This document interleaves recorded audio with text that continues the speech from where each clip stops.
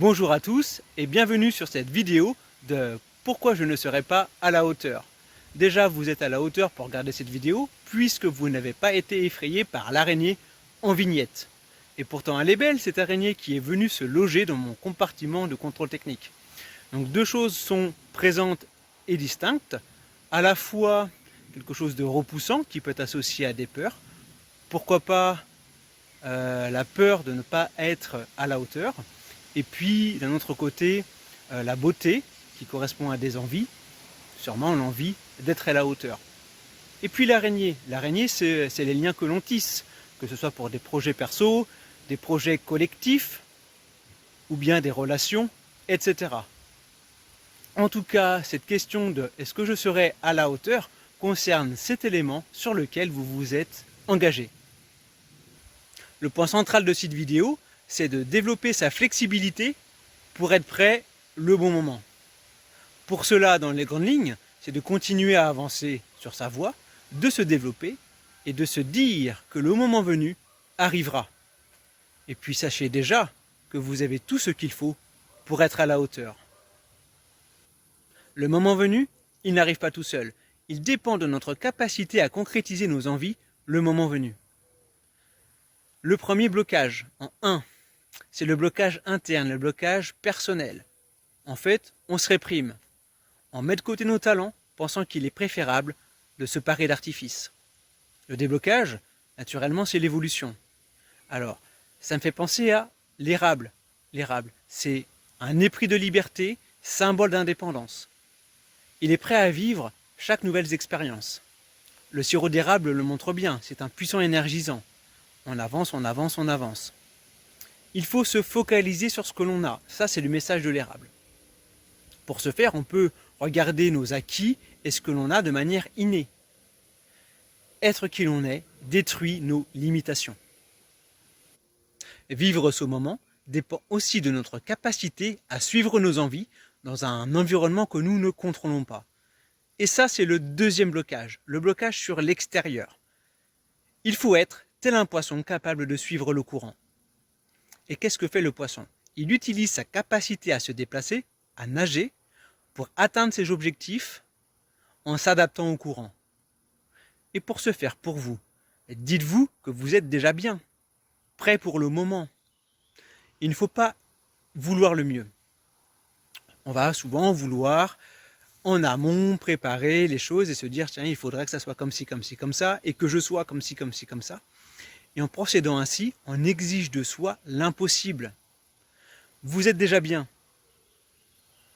Alors, pour avancer sur cet aspect, continuez à avancer sur vos projets et là-dedans, développez votre créativité. Mon petit doigt me dit que pour une petite fraction d'entre vous, cette créativité, qui est pour moi liée à l'âme d'enfant, représente la conception d'un enfant pour des personnes amoureuses.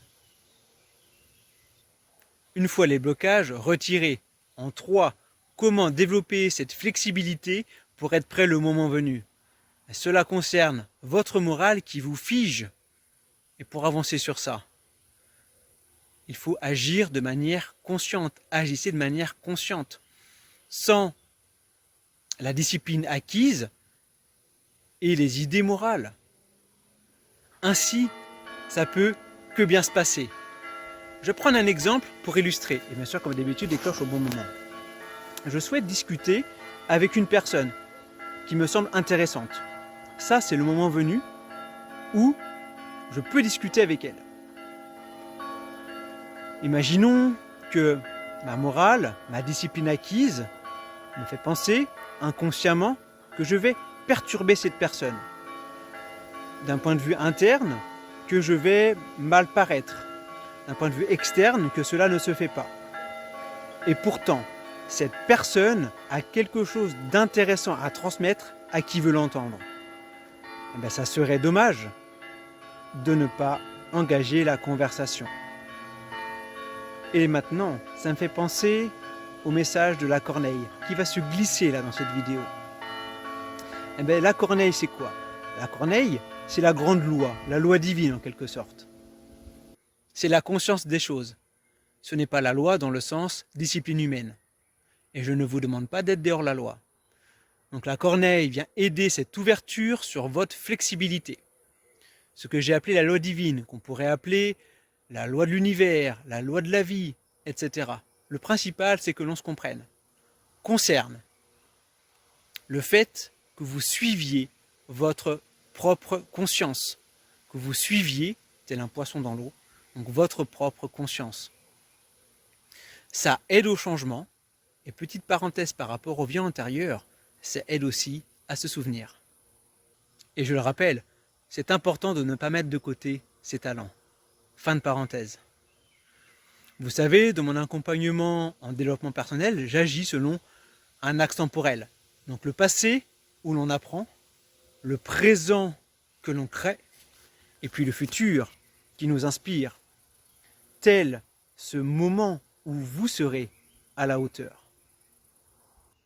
Une fois cette flexibilité acquise, en 4, vous gagnerez en harmonie. Cela permet d'être plus doux, plus réceptif. Mais être simple n'est pas si facile. Et mon conseil pour cela, trouver son cœur.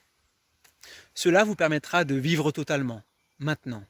Pas demain, maintenant. Si vous avez des difficultés dans ce cheminement, sachez que je propose un accompagnement personnalisé pour que vous puissiez développer votre flexibilité à chacune des étapes que j'ai évoquées dans cette vidéo. Et pour conclure, n'attendez pas demain pour vivre. Vivez. Au revoir.